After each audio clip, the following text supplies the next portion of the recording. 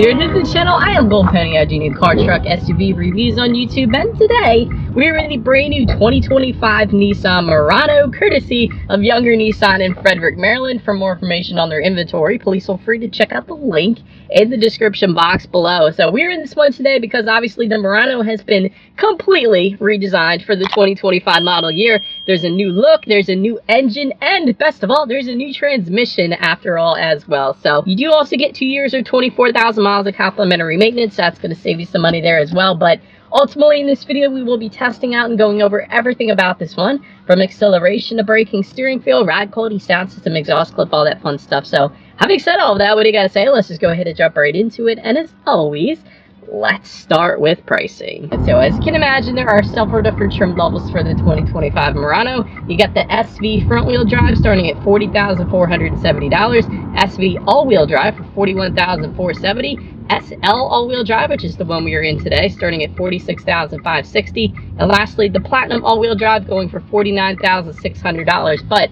regardless of the trim level that you go with, the power plant on the Murano is going to be the same. This is a new engine, by the way, but powering the Murano now is a 2-liter turbocharged 4-cylinder, putting out 241 horsepower at 5,600 RPM, 260 pound-feet of torque coming in at 4,400 RPM. That power being sent to front wheels or all wheels through a new 9-speed automatic. The CVT is gone for 2025. I think most people will probably rejoice over that, but 0 to 60 time coming in at approximately 8 seconds flat, with MPG numbers coming in at 21 in the city, 27 on the highway, taking regular unleaded fuel. So that's going to save you a little bit of money there too. But before we do any kind of fun paddle shifter or acceleration test here in the Murano, I did want to mention to you guys the drive modes. There is a drive mode toggle switch is located directly in front of the cup holders.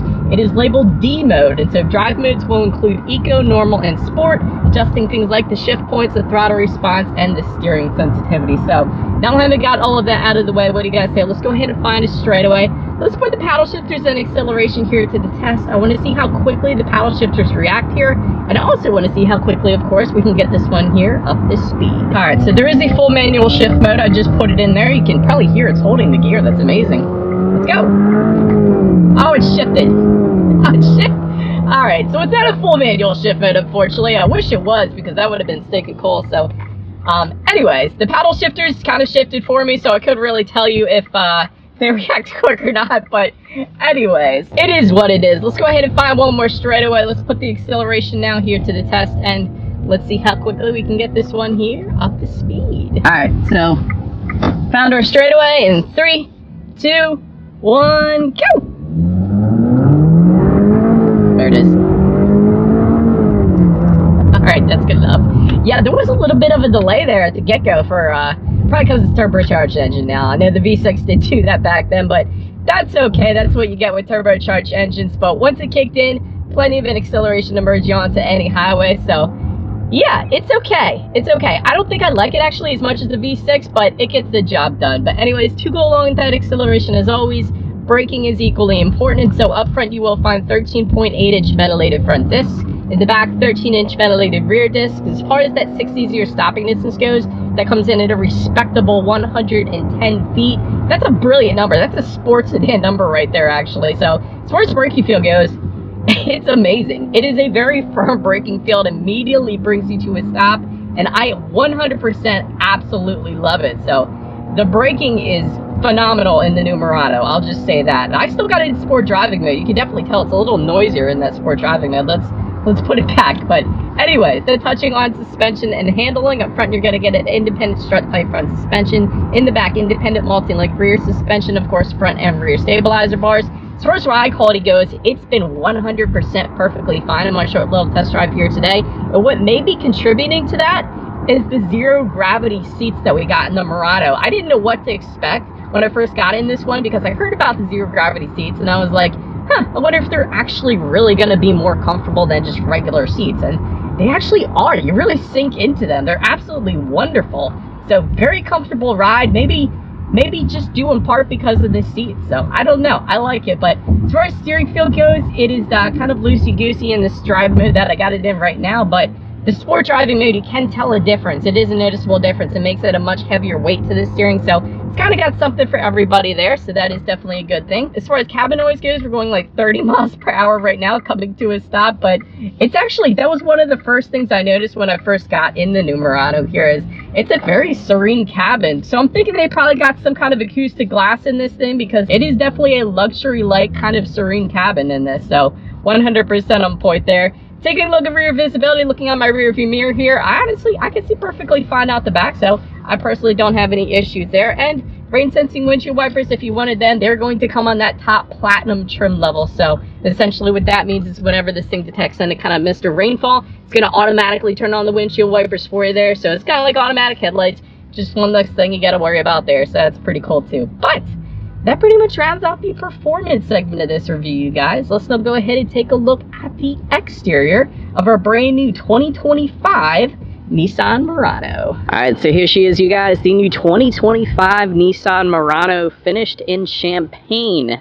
Obviously, it definitely looks like that color, but pretty cool color name. Let's go ahead and start with where this one is made, though. Taking a look at the VIN, first character is the number 5, indicating that the new Nissan Murano is actually built and assembled here in the U.S., specifically Tennessee, in case you were curious. But again, completely redesigned for the 2025 model year. Starting up front, you got this Murano lettering found kind of just above the front grille next to the driver's side headlight. I'll try to get up a little bit closer. Hopefully you guys can see that. That is pretty cool. I like when manufacturers do that. It's kind of reminiscent of the Acura Integra and what they did there, so I liked that. So full LED headlights to the sides, though. That does come standard for all trim levels across the board. You get LED daytime running lights integrated into that front grille, kind of. You guys can see that. I think that looks good, too. It's kind of something that Hyundai tends to do a lot as well. Get the automatic feature with those headlights. You also get automatic high beams then as well. So if you have your high beams on at night and it senses the vehicle coming in the opposite direction, it's going to automatically dim them back to low beams. And when that vehicle is gone, it's going to automatically bounce it back up the high beams for you there. So very nice there as well. But I love the front end. This looks so dang sleek. I think it looks good. But anyways, let's now go ahead and make our way to the side. Alright, so now since we are around to the side of the Murano, chrome upper window trim does come standard. You got rear privacy glass to go along with that. Power adjustable heated side mirrors coming standard. You do get integrated turn signals for the SL and Platinum trim levels. And then the power folding feature is going to be had just with the Platinum trim level in case you wanted that. Then taking a look down at the wheel setup, you get 20-inch charcoal metallic aluminum alloys for the SV and SL trim levels, and then 20-inch machine finished alloys with painted accents for the Platinum. I think these wheels look plenty fine though, so with our SL trim level that we have with us here today. The only thing I think I would add on the side profile is the matte black side skirts. I'd probably swap those out and make those body colored, but that's just my personal preference. But that pretty much rounds out the side profile. Let's now go ahead and make our way to the back. Alright, so now since we are around to the back of the Murano here, all the way to the top, you will find a body-colored shark fin antenna. Just below that, rear spoiler with an integrated brake light. Where is the rear window wiper, you might ask? I'm going to go ahead and assume it's tucked up underneath. Let's go ahead and take a look. Yep, it is actually tucked up underneath of that rear spoiler, in case you were curious. Hopefully you guys were able to see that, but Murano lettering spelled out horizontally on the rear liftgate there. That definitely looks good as well. You do have LED taillights for all trim levels across the board for added illumination at night. Trim level badging can be found on the rear tailgate as well, so if you wander onto a Nissan lot on a Sunday, that's an easy way to go ahead and tell what trim level you were looking at. And then just below it all, you will find dual exhaust outlets. They are tucked away underneath. So having said that, I do believe you guys know what we have to do next here. As always, here is that exhaust clip.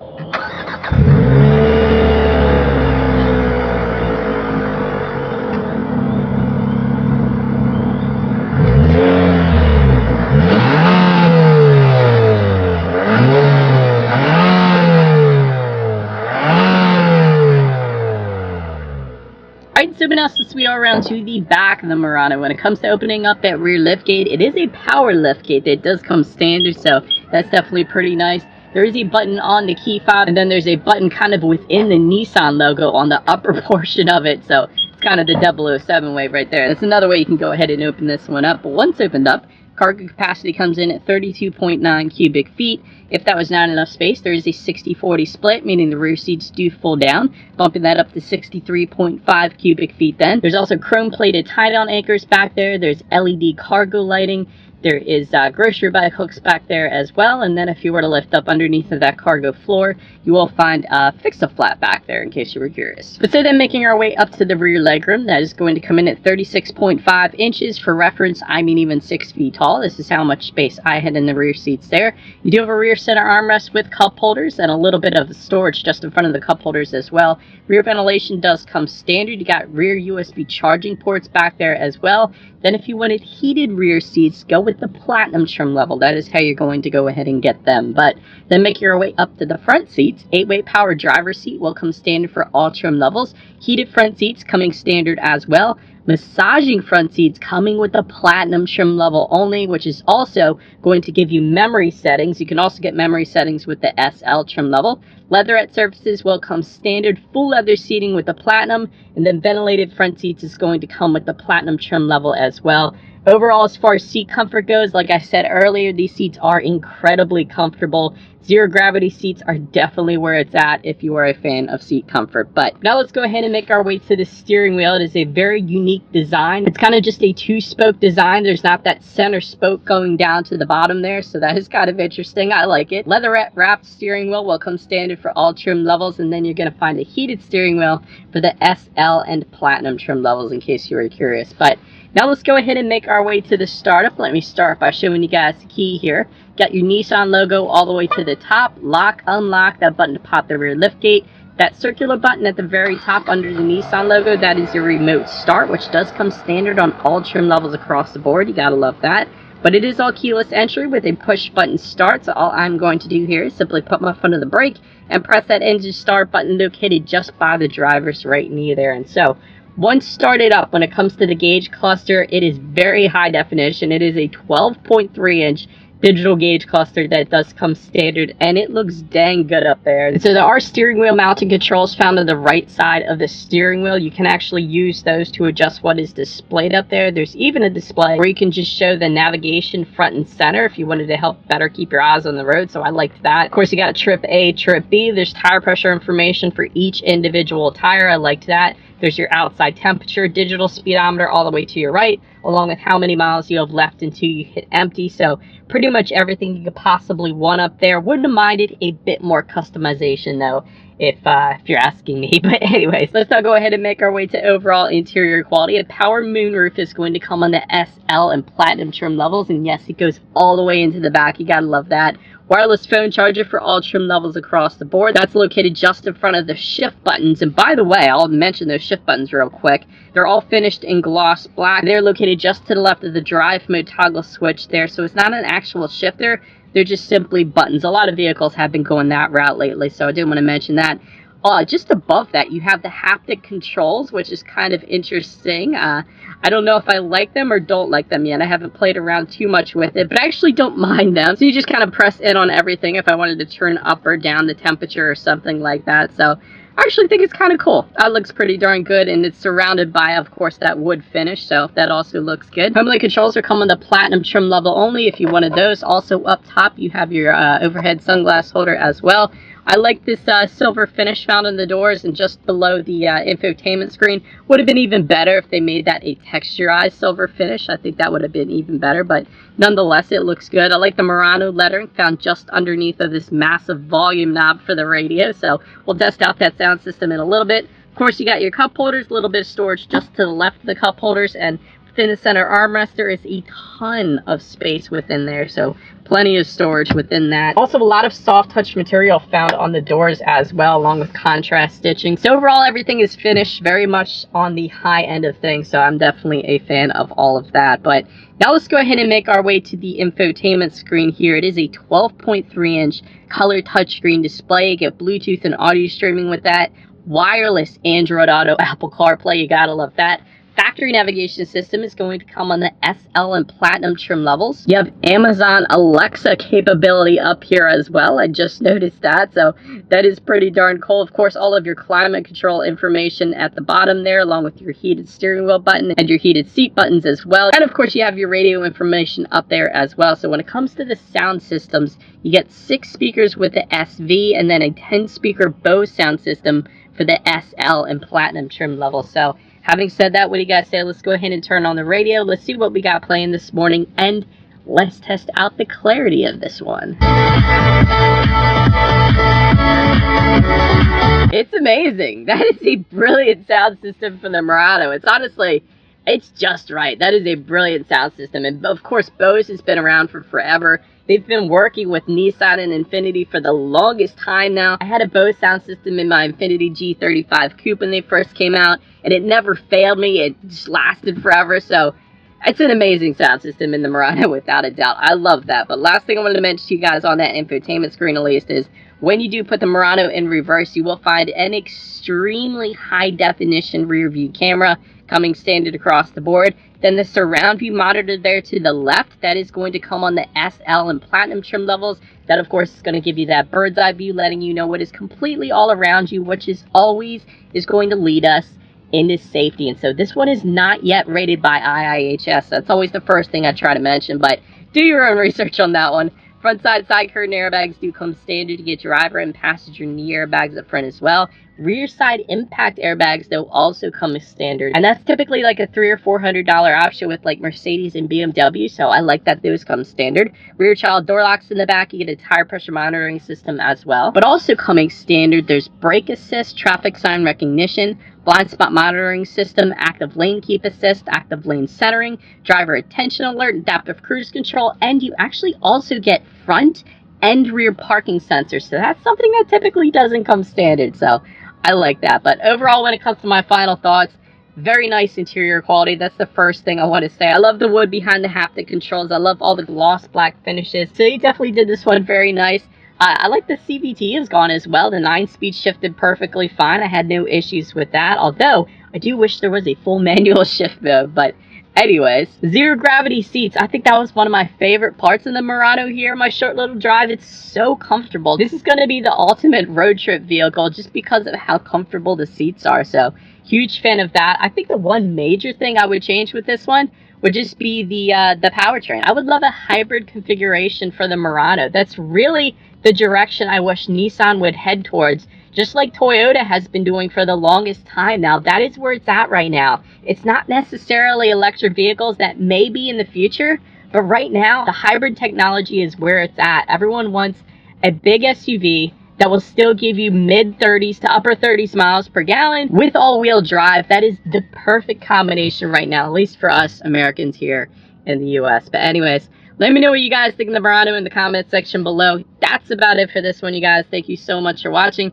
Feel free to follow me on social media somewhere on this screen there. Be sure to hit the subscribe and the bell notification button if you're into new car reviews. That is what I've been doing here for 11 years now on YouTube.